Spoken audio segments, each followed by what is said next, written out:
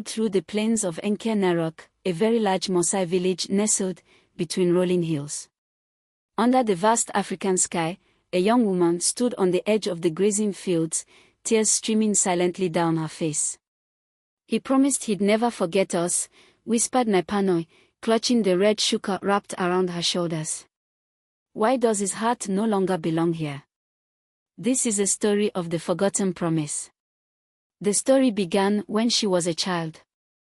The wind brushed softly through the savannah, carrying the laughter of two Maasai children, Naipanoi and Kito, who loved running and playing beneath the towering baobab tree near their village, called Enkare Narok.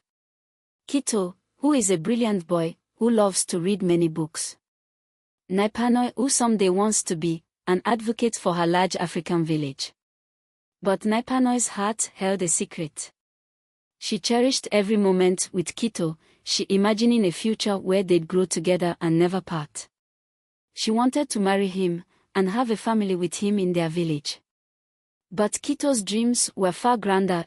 He wanted to leave the village, to go off to a university in America and become the first doctor in his family and having his very own practice.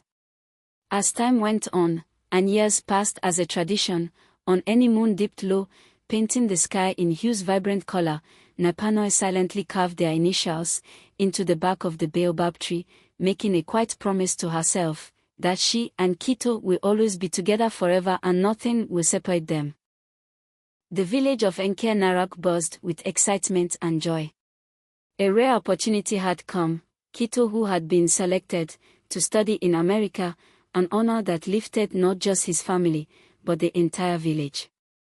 The elder's blessing echoed through the crowd as Naipanoi stood on the outskirts, clutching a beaded bracelet she had made for him. Kito hugged Naipanoi tightly before he left. And he said to her, "I'll send letters, I promise," he said with excitement in his voice, but yet with bravery, and ready to embrace the unknown world. She said to him, "Promise me again, you'll write me, and never forget me, Kito," with tears coming down her eyes, and said, "I want Naipanoi, never." Though her heart ached, she whispered to herself, "One day, he'll return, and he'll see me waiting for him. Then I know he will ask me to marry him." Far away in the bustling cities of America, Kito's life transformed. He excelled in his studies, and embraced the opportunities before him. Among the many faces he met was Akini, a brilliant and ambitious woman from Kenya, who shared his dreams of helping their village. Akini loved to model and dreamed as well to start her own modeling company. Back in Enkare Narok, Naipanoi clung to Kito letters, which grew shorter and less frequent over time. She read each one with a mix of hope and despair, wondering if his heart still held a place for their village, and for her. In America, Kito found himself drawn to Akini's warmth and intelligence, as well as her beauty. As their bond deepened, the letters to Naipanoi faded into the background, forgotten in the whirlwind of his new life. When news of Kito's engagement to Akini reached the village Enkare Narok, it hit Naipanoi like a ton of stones.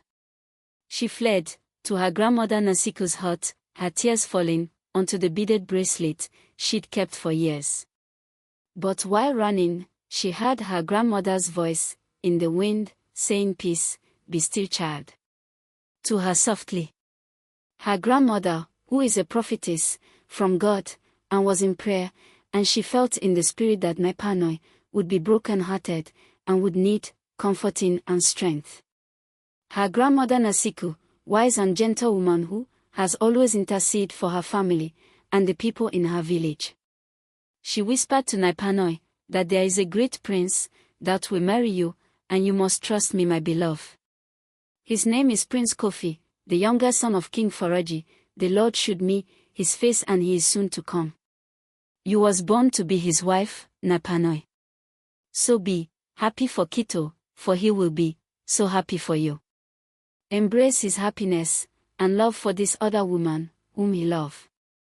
Don't be envy or hurt because things that you prayed for did not come to pass. God always intercedes on our behalf, who is best for us. What God has for you is for you. There are great things that the Lord has for you, Naipanoi. Then there was a sudden peace that came over on Naipanoi. Then all of the sudden, she saw a vision of a face of a man. Then she heard the Lord speak, saying, "This is your husband, Prince Kofi." She began to be rejoiceful and happy for herself and for Kito. Kito had broken his promise to Naipanoi, but God will never break his promise to us. The end.